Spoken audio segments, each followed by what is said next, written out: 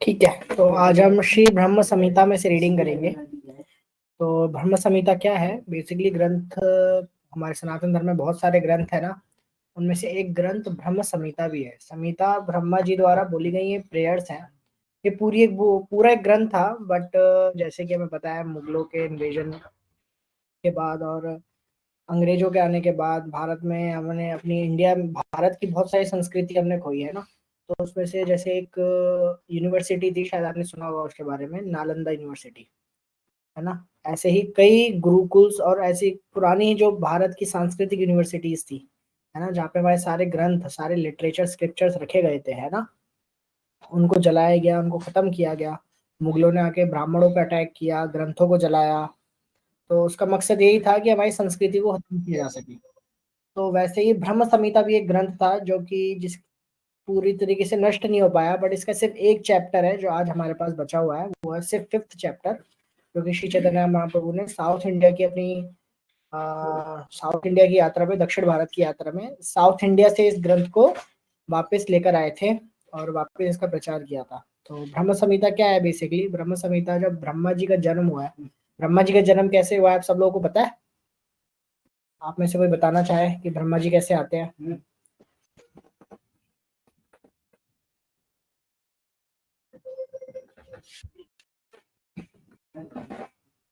कोई भी अगर किसी को थोड़ा बहुत आइडिया हो हमारे सनातन धर्म का कुछ थी, जैसे देखो हमने तो क्या सुना है कि हमारी जो सृष्टि है या कॉस्मिक मैनिफेस्टेशन है, कैसे हुआ है? एक बिग बैंग से हुआ है। हम तो बचपन से अपनी स्टडीज में, अपनी क्लासेस में बिग बैंग थ्योरी पढ़ते हुए आए ना, कि धमाका हुआ, दो न्यूट्रॉन स्टार्स के बीच में बहुत ज्यादा गर्मी हुई और आपस में उनके इंटरेक्शन से एक बहुत बड़ा ब्लास्ट हुआ।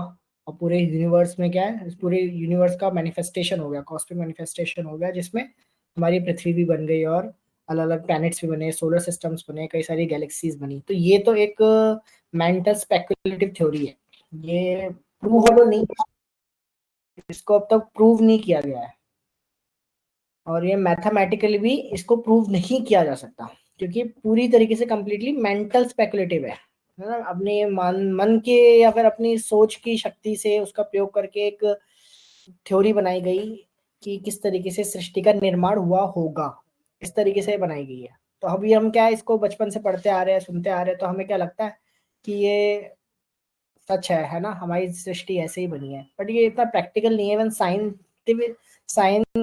साइंटिस्ट से भी आप पूछेंगे, अकॉर्डिंग टू साइंस इस थ्योरी को मैथमेटिकली प्रूव करना पॉसिबल ही नहीं है, इम्पॉसिबल है। अगर आपको किसी भी चीज के पीछे लॉजिक जानना है तो उसके पीछे की मैथ्स पता चल जाएगी, तो क्या उसका लॉजिक सॉल्व हो सकता है।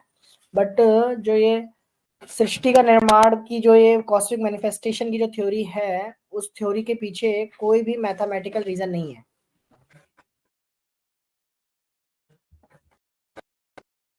तो इस थ्योरी के पीछे आप थोड़ा खुद आप थोड़ा सा एक्सप्लोर कर सकते हैं, इसको लेकर रिसर्च कर सकते हैं कि ऐसा मैं क्यों कह रहा हूँ। ये मेरे वर्ड्स नहीं है, ये साइंटिस्ट के ही वर्ड्स हैं, अमेरिकन साइंटिस्ट जिन्होंने इस पर रिसर्च करी है।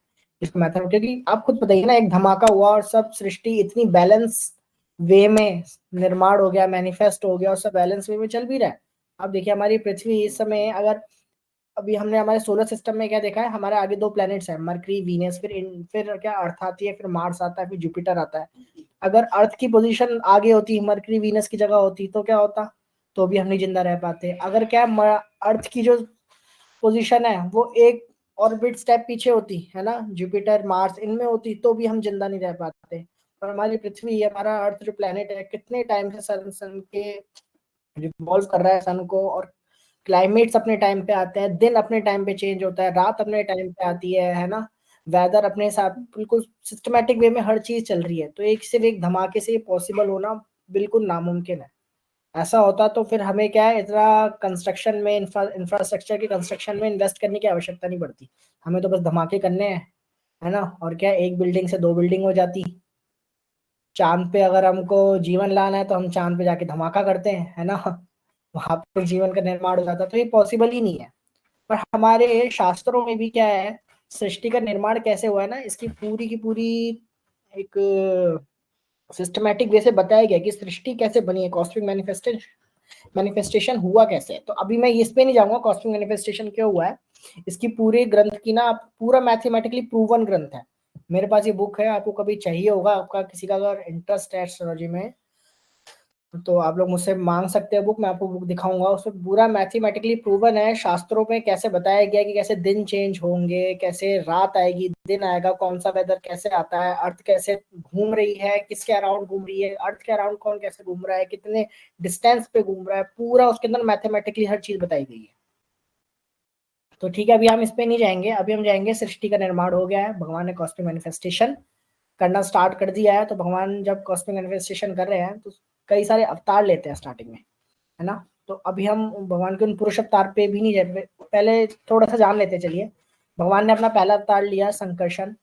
पहले बलराम अवतार लिया, बलराम जी से महासंकर्षण आए, संकर्षण आए, संकर्षण से कौन आया, चतुर्भुज विष्णु आए। और फिर तीन पुरुष अवतार है, पुरुष अवतार आते हैं, है ना। जिनका क्या है, महाविष्णु, गर्भोदक्षाय विष्णु, क्षीरोदक्षाय विष्णु। अब महाविष्णु कौन है, आप लोग जानते होंगे, जो कि कर्ण सागर में विराजमान होते हैं। महाविष्णु के शरीर के छिद्रों में से क्या है, हर ब्रह्मांड भगवान के शरीर के छेदों में से निकलता है। जो हमारा ब्रह्मांड है उसका जो शेप है एक अंडे का जैसा है, अंडे आकार का है। उसकी पूरा एकदम डायग्राम अच्छे से बड़ा समझाया गया है उस ग्रंथ के अंदर ना, किस तरीके से हमारा पूरा ब्रह्मांड बना है, उसके अंदर कौन सी लेयर कितने मीटर की, सॉरी मीटर कह रहा हूँ, कितने लेंथ की होती है, किस किस चीज से बनी होती है, किस लेयर के ऊपर कौन सी लेयर होती है, उसमें अच्छे से सब बढ़िया तरीके से बताया हुआ है। तो जो ब्रह्मांड निकला है भगवान महाविष्णु के सांस के जितने उनकी ड्यूरेशन होती है, जब महाविष्णु सांस ले रहे हैं, जब उसने सांस अंदर ली तो क्या होगा, सारे जितने ब्रह्मांड थे सब खत्म हो जाते हैं। और जब वापस वो बाहर सांस छोड़ते हैं तो वापस सारे ब्रह्मांड वापस बन जाते हैं। और भगवान महाविष्णु ने ब्रह्मांडों का निर्माण करा। अब महाविष्णु ने क्या किया, महाविष्णु ने अपना एक दूसरा अवतार लिया, उनको है गर्भोदक्षाय विष्णु। गर्भोदक्षाय विष्णु ने सभी ब्रह्मांडों में जाके विराजमान किया। अब महाविष्णु ने अपने आप को एक्सपेंड किया unlimited cosmic universes, cosmetic universes में। और जब हर ब्रह्मांड, अब भगवान ने ब्रह्मांड बना दिया, भगवान के इन अवतारों को पुरुष अवतार क्यों बोला जाता है, पुरुष अवतार इसलिए बोला जाता है क्योंकि सृष्टि में अगर किसी चीज को बनाना है, निर्माण करना है, ये जो अंडाकार का ब्रह्मांड आ गया है, इसको क्या है, इसको फर्टिलाइज करने के लिए, है ना, इसको एक्टिव करने के लिए एक मेल की जरूरत है। इसलिए भगवान का ये पुरुष अवतार है जो इनको एक्टिव करते हैं। अब भगवान ने गर्भोदक्षाय विष्णु का रूप लिया, अवतार लिया। गर्भोदक्षाय विष्णु ने गर्भ सागर में इन ब्रह्मांडों में जाके क्या है, गर्भोदक्षाय विष्णु लेट रहे हैं, और फिर उनकी नाभि में से एक कमल निकलता है, शायद आपने सुना होगा ये, है ना। गर्भोदक्षाय विष्णु की नाभि में से एक कमल निकलता है। जब वो कमल खुलता है, खिल रहा है जब वो फूल, तो उसके अंदर कौन है, उसके अंदर कौन जन्म ले रहा है, एनीवन एल्स, किसी को पता हो। भगवान की नाभि में से निकलने वाले कमल में कौन निकल रहा है, ब्रह्मा जी। यस, हिमांशु ने बड़ा सही जवाब दिया, ब्रह्मा जी का जन्म हो रहा ब्रह्मा जी। है। ब्रह्मा जी का जन्म हो रहा है, इसलिए जो ये कमल है ना वो भी ब्रह्मा जी की क्रिएशन। अभी क्या है, कुछ भी क्रिएशन नहीं हुआ, सिर्फ सभी ब्रह्मांड आए हैं, जितने ब्रह्मांड सब में गर्भोदक्षाय विष्णु, और हर ब्रह्मांड में गर्भोदक्षाय विष्णु के थ्रू कौन जन्म लेता है, ब्रह्मा जी जन्म लेते हैं। अब ब्रह्मा जी ने जन्म लिया, जब ब्रह्मा जी जब प्रकट हुए कमल में से, तो उनको ना सृष्टि में कुछ दिख ही नहीं रहा है। वो आसपास देख रहे हैं अपने, उनको कुछ दिख ही नहीं रहा है, आसपास कुछ है ही नहीं, ब्लैंक है। वो खुद शौक हो रहे कि मैं उनके बाद खुद ही क्वेश्चन आ रहा है कि मैं कौन हूँ, मैं कहाँ से आया हूँ, ये कमल क्या है जिसमें मेरा जन्म हुआ है। ब्रह्मा जी देखते हैं इस कमल की तो क्या एक स्टेम भी है, तो उस स्टेम को फॉलो करते हुए ब्रह्मा जी क्या है, नीचे जा रहे हैं स्टेम में। तो बहुत नीचे चले जाते हैं, उनको कुछ पता ही नहीं चल रहा कि नीचे है क्या, इस कमल का, इस लोटस का सोर्स क्या है, उनको वो भी नहीं पता चल पा रहा है। तो क्या है, ब्रह्मा जी वापिस लौट के आते हैं। आप वापिस ज्वाइन तो कर दो, बार बार मैं आपको रिमूव।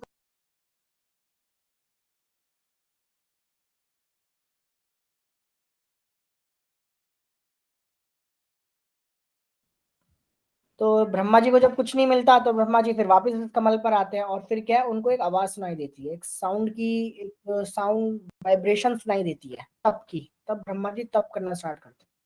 जब वो तप करते हैं, अपना पूरा मन क्या है परमात्मा में, भगवान में लगाते हैं, तब क्या है, भगवान उनके सामने उनको दर्शन दे रहे हैं। और दर्शन कौन दे रहा है? चतुर्भुजी विष्णु उनको दर्शन दे रहे हैं। तो भगवान उनको दर्शन दे रहे हैं, सामने भगवान विष्णु है। और विष्णु जी भगवान क्या करते हैं, जब पता है ब्रह्मा जी पहले पुरुष है, पुरुष नहीं सॉरी, पहले लिविंग बीइंग है इस यूनिवर्स के। अब क्या है, वही क्रिएशन करने वाले हैं, पूरी सृष्टि का निर्माण करने वाले हैं ब्रह्मा जी ही हैं। पर ब्रह्मा जी को सृष्टि का निर्माण करने के लिए ज्ञान की आवश्यकता है ना। वो सृष्टि का निर्माण करेंगे कैसे, है ना, मैनिफेस्ट करेंगे कैसे पूरी कॉस्मिक को, पूरी यूनिवर्स को। तो ब्रह्मा जी को ना भगवान ज्ञान कैसे देते हैं, हमारी तरह लिख के नहीं देते, बोल के नहीं देते। भगवान क्या करते हैं, उनके हृदय में, उनके हार्ट में स्क्रिप्चर्स को रिवील कर देते हैं, है ना। ये भगवान, आपको कोई भी ग्रंथ पढ़ना है तो ग्रंथ हम पढ़ के नहीं समझ सकते। ग्रंथ हम तभी समझ सकते हैं जब भगवान उसको हमारे हृदय में रिवील करते हैं। तो जब ब्रह्मा को उनके हृदय में सभी ज्ञान प्राप्त होता है, सभी वेदों का सारा सारांश सब कुछ भगवान उनके हृदय में जब प्रकट कर देते हैं, है ना, रिवील कर देते हैं, तो उनको क्या रियलाइजेशन आती है। और सामने महाविष्णु खड़े हैं, और ब्रह्मा जी क्या है, ये जो प्रार्थना है ब्रह्म संहिता, इन प्रार्थनाओं को बोलना स्टार्ट करते हैं, भगवान की ग्लोरिफिकेशन करना स्टार्ट करते हैं। अभी देखिए ग्लोरिफिकेशन ना, अब जैसे इसके बाकी चैप्टर्स तो नहीं है, पर 5th चैप्टर है, 5th चैप्टर का ये पहला वर्ष है। तो अभी देखते हैं ब्रह्मा जी ने ये प्रार्थनाएं करनी स्टार्ट करी है, तो इसमें ब्रह्मा जी भगवान विष्णु से क्या कह रहे हैं। तो आप लोग मेरे पीछे पीछे बोलिएगा, ठीक है। पहले मैं एक बार बोलूंगा, उसके बाद हम फिर आप सब लोग रिसाइड कर सकते हैं।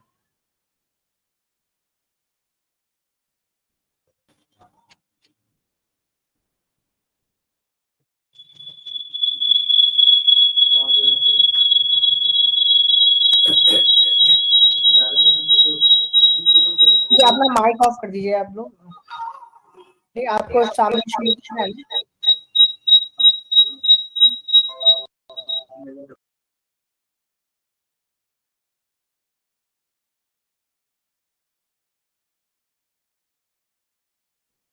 ठीक है, तो आप मेरे पीछे बोलिएगा।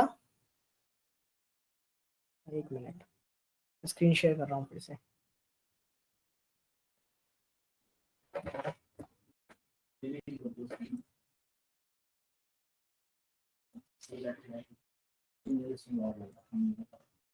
ईश्वरः परमः, आप सब रिसाइड कर सकते हैं पीछे। ईश्वरा, ईश्वरः, आप माइक ऑन करके रिसाइड कर सकते हैं आप लोग ना पीछे पीछे मेरे। परमा, परमा, कृष्णा, कृष्णा, सच्चिद आनंद, सच्चिद आनंद, विग्रह, विग्रह, अनादिर, अनादि, आदिर, आदि, गोविंदा, गोविंद, सर्व कारण, सर्व कारणम कारणम, ईश्वर परम कृष्ण, ईश्वर सच्चिद आनंद विग्रह, सच्चिद आदिर आदिर गोविंदा, अनादिर सर्व कारण कारण, सर्व कारण ईश्वर परम कृष्ण, ईश्वर परम सच्चिद आनंद विग्रह, अनादिर आदिर गोविंदा, सर्व कारण कारण, सर्व कारण ईश्वर परम कृष्ण, ईश्वर सच्चित आनंद विग्रह, सच्चित आनंद विग्रह, अनादिर आदिर गोविंदा, नादिर आदिर गोविंदा, सर्व कारण कारण। सर्व कारण कारणम। देखिए कितना सिंपल था, मेरे ख्याल से आपको याद भी हो गया कुछ लोगों को ना। तो आप में से कोई रिसर्च करना चाहे? ईश्वरः परमः कृष्णः सच्चिद आनंदः विग्रह अनादिर गोविंदः सर्वः कारणा कारणम। अच्छे मुरारी, बहुत सुंदर तरीके से रिसाइट किया आपने। आप लोग बाकी लोग भी ट्राई करिए, इतना बहुत ही ज्यादा ब्यूटीफुल श्लोक है ये तो। ईश्वर परमा कृष्ण सच्चिदानंद विग्रह अनादिरादिर गोविंद सर्व कारण कारणम। बहुत अच्छा। और कोई? ईश्वर परमः कृष्ण को सच्चित आनंद विग्रह अनादिर आदिर गोविंद सर्व कारणम। बहुत अच्छा। और कोई प्लीज आप लोग ट्राई करिए। सच्चित आनंद विग्रह अनादिर आदिर गोविंद सर्व कारणम। सर्व कारण कारणम। और कोई? Any girls?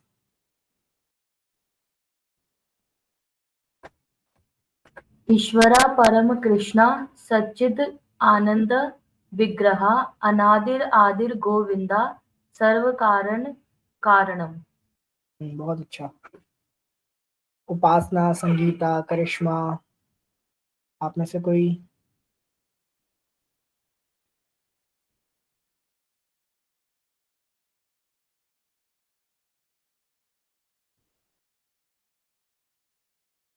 कोई भी नहीं? हो गया, सबने सेट हो गया? कोई लास्ट करना चाहे? Then we'll proceed for the translation of the verse. ईश्वर पराम कृष्ण सच्चिदानंद विग्रह अनादिर आदिर गोविंद सर्व कारण कारणम। बहुत अच्छा। ठीक है, तो इसका हम ट्रांसलेशन रीड करते हैं। Krishna, who is known as Govinda, is supreme godhead. He has an eternal blissful spiritual body. He is the origin of all. He has no other origin and he is the prime cause of all causes. तो बड़ा ही सुंदर इसका मतलब भी है। देखिए, ईश्वरः परमा कृष्णा। ईश्वरः मतलब क्या होता है? ईश्वर का मतलब होता है कंट्रोलर। कोई किसी भी चीज का कंट्रोलर है तो उसको संस्कृत में क्या बोला जाएगा? ईश्वरा। इसलिए यहाँ पे भगवान को ईश्वर नहीं बोला गया, ईश्वर परमा, मतलब जो परमा है। तो ईश्वर तो बहुत सारे हैं, इंद्र भी एक ईश्वर है, शिव जी भी एक ईश्वर है, देवी भी एक ईश्वर है। इस तरीके से ईश्वर तो बहुत है। हम भी खुद के ना किसी के कंट्रोलर हो सकते हैं। चाहे हम किसी के भी ना सही तो अपने फोन के तो कंट्रोलर है। अपने फोन को तो हम खुद कंट्रोल कर रहे हैं। हम गाड़ी ड्राइव कर रहे हैं तो क्या हम उसको कंट्रोल कर रहे हैं, है ना? मेरे अंडर कोई है एम्प्लॉय तो मैं उसको कंट्रोल कर रहा हूँ, या मेरे ऊपर कोई है तो वो मेरे को कंट्रोल कर रहा है। इस तरीके से हर कोई ना कोई, सब ना कोई कंट्रोलर होते ही हैं हम किसी ना किसी चीज के ना। देवी देवताओं में भी है, चाहे इंद्र है, शिव जी है, ब्रह्मा जी भी हैं, वो भी किसी ना किसी चीज के ईश्वर है, कंट्रोलर है। But Krishna, Krishna is the supreme controller. That's why Brahma ji saying here ईश्वरा परमा कृष्णा। ईश्वरों में जो परम है वो कृष्णा। सत चिद आनंद विग्रह। आप लोगों को याद होगा जो हमने साइंस ऑफ सोल एक सेक्शन लिया था, सेकंड चैप्टर भगवत गीता में, जिसमें हमने ये जाना था कि हम कौन है? हम आत्मा है, ये शरीर नहीं है, आत्मा है ना? तो उसमें हमने आत्मा के तत्व देखे थे कि आत्मा जिन तत्व से बनती है वो ये तीन थे। याद है किसी को इनका मीनिंग? सत चित आनंद का याद है किसी को? किसी को भी याद हो कि हमने सत चित आनंद का क्या मतलब देखा था? सत का मतलब है एटर्नल, शाश्वत है ना? कभी खत्म ना होने वाला। चित मतलब नॉलेज, कंप्लीट नॉलेज है उसके अंदर। एंड आनंद हमेशा खुश रहने वाला, हमेशा ब्लिसफुल रहने वाला। तो आत्मा के ये तीन तत्व है, सत चित आनंद। हमारी आत्मा कभी खत्म नहीं होगी, है ना? हमेशा शाश्वत है। भगवान कह रहे हैं ना कि ना मरती है ना कभी जन्म होता है आत्मा का। चित है ना, कंप्लीटली सभी नॉलेज हमारे अंदर है, बस हमें उसको रिवील करना है ना? हमारे अंदर एब्सोल्यूट नॉलेज है। आनंद हमेशा खुश रहने वाली है। तो इसका, जिसकी हम, हमारे आत्मा के जो तीन तत्व हैं, इसका भगवान का शरीर बना है। इसलिए जब हम भगवान में से एमनेट हो रहे हैं, हम भगवान में से प्रकट हो रहे हैं ना, भगवान की क्या है? पार्ट एंड पार्सल्स हैं, भगवान में से निकल रहे हैं। तो इसलिए भगवान का शरीर तो पूरा इसी से बना है। भगवान के आत्मा और शरीर में कोई अंतर नहीं है। हमारे है, हमारी हम आत्मा अलग है, हमारे ऊपर ये दो शरीर अलग है। एक मन बुद्धि अहंकार का शरीर है और एक मनुष्य तत्व का शरीर है। पर भगवान के ऊपर ऐसा नहीं है। भगवान का आध्यात्मिक है, आध्यात्मिक विग्रह है। इसलिए हम मंदिरों में भगवान के जो विग्रह होते हैं ना, स्वरूप होते हैं, उनको मूर्ति नहीं बोलते। मूर्ति बेजान चीजों को बोला जाता है, जो कि चौक पे नेताओं की या किसी भी ऐसे व्यक्ति की लगाई जाती है, वो मूर्ति होती है, उसमें जान नहीं होती। बट भगवान की जो मूर्तियां जो विग्रह मंदिर में होते हैं उनको विग्रह बोला जाता है, डीटीज बोला जाता है। क्यों? क्योंकि वो जीवित होते हैं, तो भगवान को इनवाइट किया गया होता है, इसलिए वो विग्रह भी सच्चिद आनंद विग्रह होते हैं। ठीक है, तो ब्रह्मा जी क्या कह रहे हैं कि ईश्वर परम कृष्णा, ईश्वरों में भी जो सुप्रीम कंट्रोलर है सभी कंट्रोलर्स में, वो कृष्ण है, जिनका विग्रह, विग्रह मतलब उनका शरीर किससे बना है? सच्चिद आनंद से, उनका फॉर्म सच्चिद आनंद से बना है। अनादिर आदिर गोविंदा, मतलब जिसका ना कोई अंत है, ना कोई बिगिनिंग पॉइंट है, ना कोई एंड पॉइंट है। ना भगवान का कोई आरंभ का कोई टाइम पता है किसी को, ना अंत का टाइम पता है, वो गोविंदा है ना, वो गोविंद भगवान है। सर्व कारण कारणम, और सभी कारणों के कारण है। The cause of all causes, भगवान ही क्या है? सभी कारणों के कारण है। He is the cause of all causes. तो ब्रह्मा जी किसको कह रहे हैं? विष्णु जी से कह रहे हैं। और हमें क्या लगता है कि विष्णु जी ने तो अवतार कृष्ण का बहुत बात मिल लिया है। कुछ टाइम पहले मुझसे कोई यहाँ पे कह रहा था कि ये तो गलत है, विष्णु से कृष्ण आए हैं, कृष्ण से विष्णु थोड़ी ना आए हैं। अब जिन्होंने सिर्फ टीवी में देखा है ना, सिर्फ हमें हमारी नॉलेज टीवी तक ही सीमित है, जिसमें हमने देखा है कि विष्णु जी अवतार ले रहे हैं कृष्ण का, विष्णु जी अवतार ले रहे हैं राम जी का। इसलिए अब आप जब ग्रंथों पे जाओगे, अब शास्त्रों में पढ़ोगे, तब आपको पता चलेगा कि कृष्णा तो पहले से ही एग्जिस्ट करते हैं। अब देखिए, अभी तक तो भगवान कृष्ण का अवतार भी, अभी तो शिव जी का भी प्रकट्य नहीं हुआ, अभी तो राम जी का भी अवतार, किसी कोई सा भी अवतार नहीं हुआ है। और ब्रह्मा जी के सामने विष्णु जी खड़े हैं और उनको ब्रह्मा जी क्या कह रहे हैं? ईश्वरा परमा कृष्णा। अभी पूरे, अगर आप ये ब्रह्म संहिता को, इसको पूरे और आगे श्लोक में पढ़ेंगे तो पूरे भगवान के धामों का वर्णन है। आगे वर्णन कर रहे हैं कि राम का अवतार, नरसिंह का अवतार, सब अवतार तो आप ही ले रहे हो, है ना। शिव जी के बारे में वर्णन आ रहा है, देवी दुर्गा देवी के बारे में वर्णन आ रहा है, हर किसी का डिस्क्रिप्शन आएगा इसमें। ब्रह्मा जी सभी को, सभी के बारे में बताएंगे कि कौन कैसे कृष्ण में से कैसे रिलेशन रखता है, कृष्ण में से कैसे आ रहा है। तो अनादिर आदिर गोविंदा है और सर्व कारण कारणम है।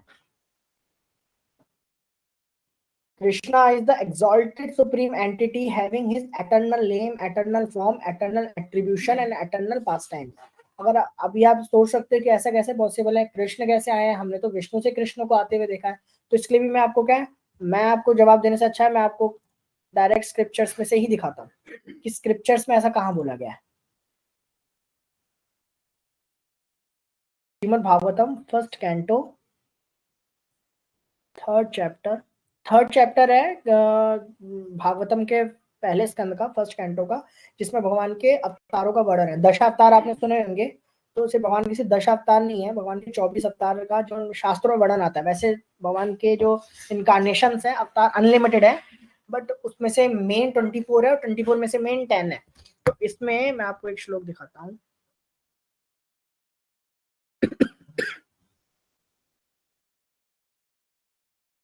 देखिए यहाँ पे आपको श्लोक दिख रहा है ना, ये ट्रांसलेशन सारी है इस टेक्स्ट की। The 11th incarnation of the Lord took the form of tortoise, भगवान ने जब कछुए का अवतार लिया था समुद्र मंथन के टाइम पे।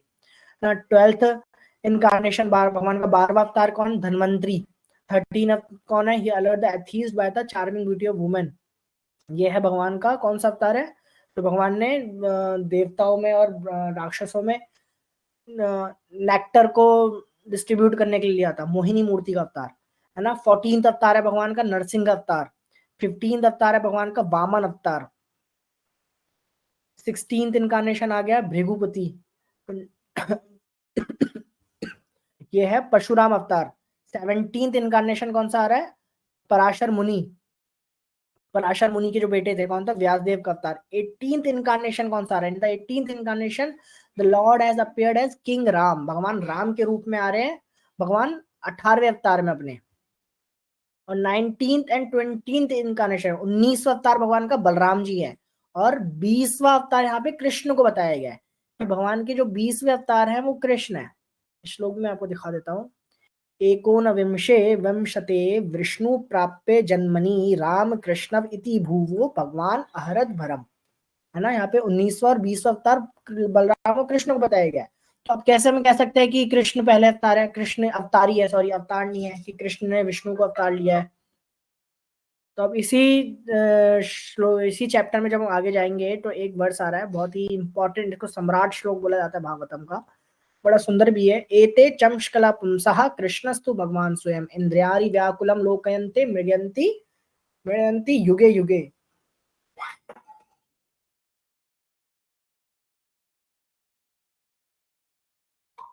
All of the above mentioned incarnation are either plenary portion or portions of the plenary portions of the Lord.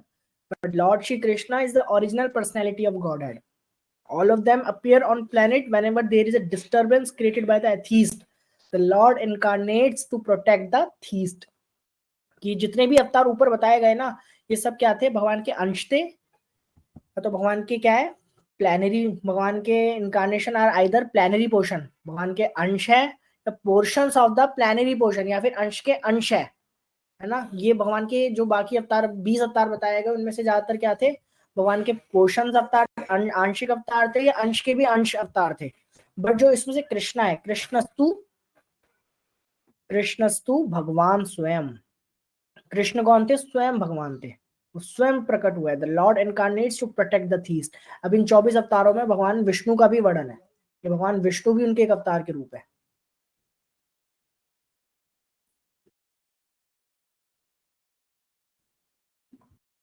इसलिए ब्रह्मा जी को जब सारे स्क्रिप्चर्स रिवील उनके हार्ट में हो रहे हैं ना, तो उनको कंप्लीट रियलाइजेशन आ रही है। उस कंप्लीट रियलाइजेशन में वो क्या कह रहे हैं कि कृष्णस्तु भगवान स्वयं, है ना। कृष्ण को ईश्वर परमा कृष्ण बता रहे हैं। तो अभी तक हम तो शास्त्रों में यही देखा है, सॉरी टीवी में हमने ये देखा है कि विष्णु से कृष्ण आ रहे हैं, बट एक्चुअल में अगर हम स्क्रिप्चर्स पढ़ेंगे ना, तो स्क्रिप्चर्स पढ़ने पे हमें असली चीज पता चलेगी कैसे कृष्ण में से विष्णु आ रहे हैं, और विष्णु के अलावा भी अवतार आ रहे हैं। जैसे मैं यहाँ पे इसी ग्रंथ में आपको शिव जी का वर्णन दिखाता हूँ कि शिव जी के बारे में क्या बताया गया है।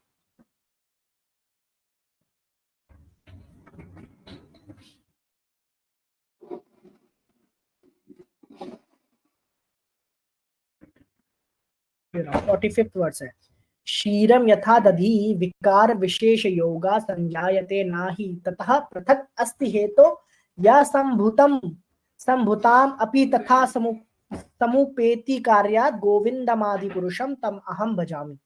Just as milk is transformed into curd by the action of acids. देखिए ब्रह्मा जी कह रहे हैं, अभी कुछ सृष्टि का कुछ निर्माण नहीं हुआ है, बट किस एनालॉजी से भगवान कृष्ण और विष्णु जी के बीच में, कृष्ण और शिव जी के बीच में डिफरेंस बता रहे हैं, सिमिलरिटीज कैसे बता रहे हैं कि जैसे दूध में से दही बनता है एसिड्स के एक्शन से, but yet the effect curd is neither same as not different from the milk. कि बट दूध का दही तो हो जाता है, बट दही को हम दूध भी नहीं बोल सकते, बट ये भी नहीं कह सकते कि वो दूध से अलग है।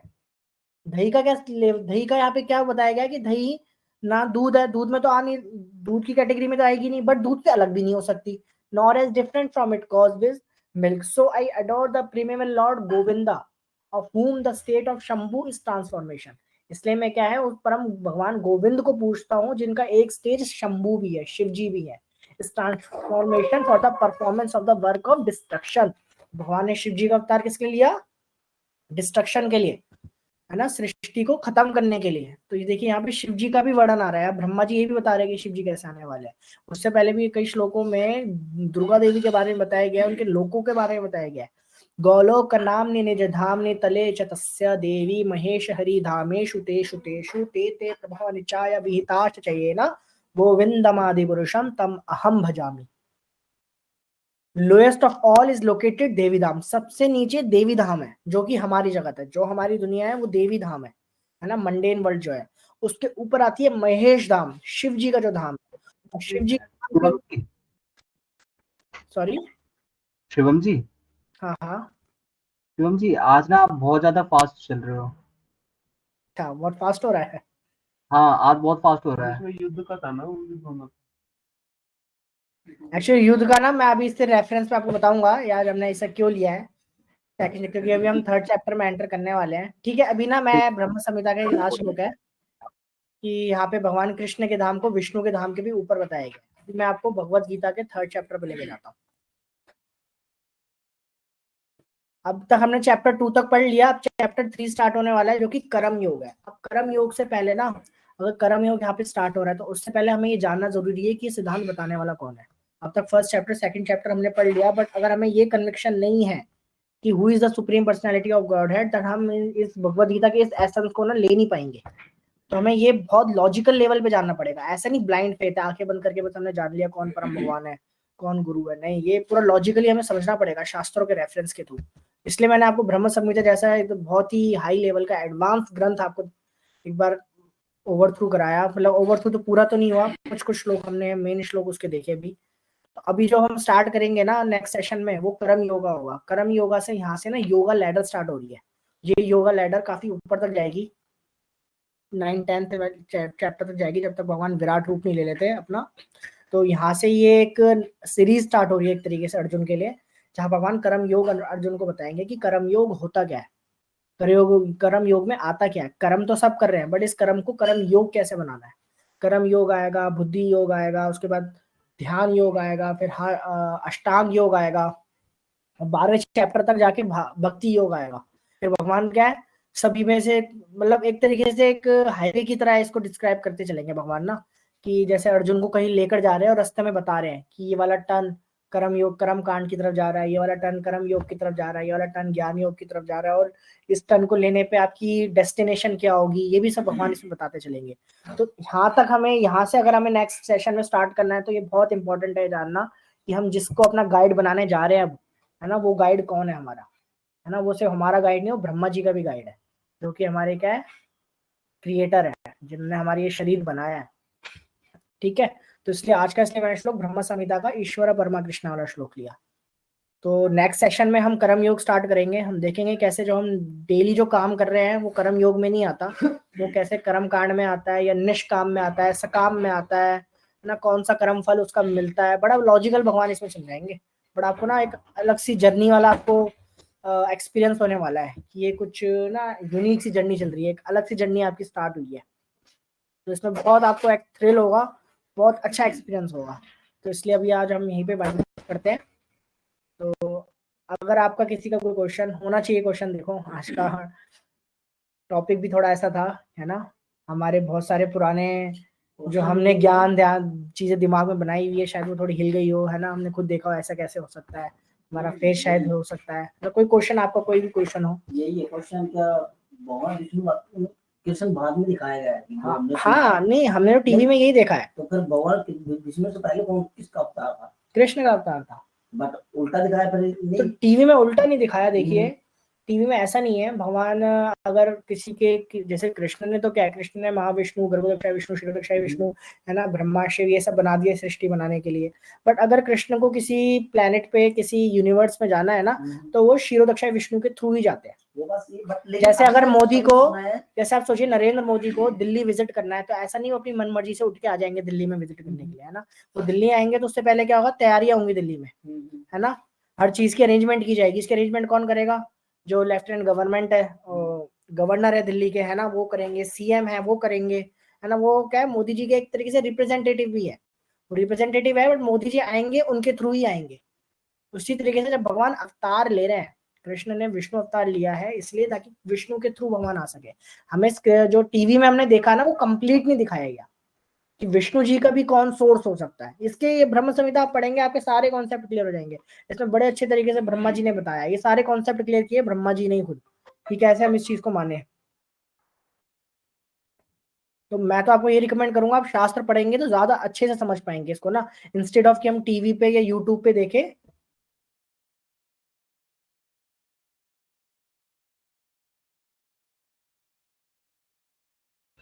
तो ये बहुत अच्छा रहेगा अगर हम स्क्रिप्चर्स पढ़े। हमें सिर्फ गीता भी हम पढ़ लेंगे तो हमारे बहुत सारे कॉन्सेप्ट क्लियर हो जाएंगे, हमें और बाकी स्क्रिप्चर्स पे जाने की जरूरत भी नहीं है। ये बड़ा इंपॉर्टेंट है, डेली 15 से 15 मिनट तो एटलीस्ट हमें गीता के लिए निकालने चाहिए डेली ना। और किसी का कोई क्वेश्चन?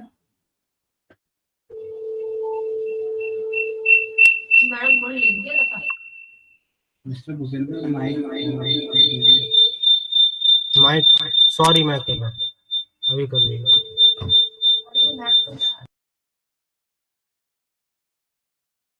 किसी का कोई क्वेश्चन हो, अदरवाइज हम यहाँ पे वाइंड अप करते हैं। No sir. सर मजा अच्छा आ गया, अच्छा मजा आ गया। ठीक है, thank you so much, thank you everyone. हमने अच्छे से बहुत इंटरेस्टली पार्टिसिपेट कर रहे हैं आप लोग हमारे रीडिंग सेशन में, बहुत अच्छा है। हमने भगवत गीता स्टार्ट करी थी, हरे कृष्णा सर, हरे साथ कृष्णा, में हम लोग और स्क्रिप्चर्स भी देख रहे हैं ना, ब्रह्म हरे कृष्णा। बहुत हम आज पढ़ा। ठीक है, तो अभी हम हरे कृष्ण महामंत्र एक बार लास्ट बोल के हमारे रीडिंग सेशन को आज एंड करते हैं। हरे कृष्णा कृष्णा कृष्णा हरे हरे, हरे राम राम राम हरे हरे।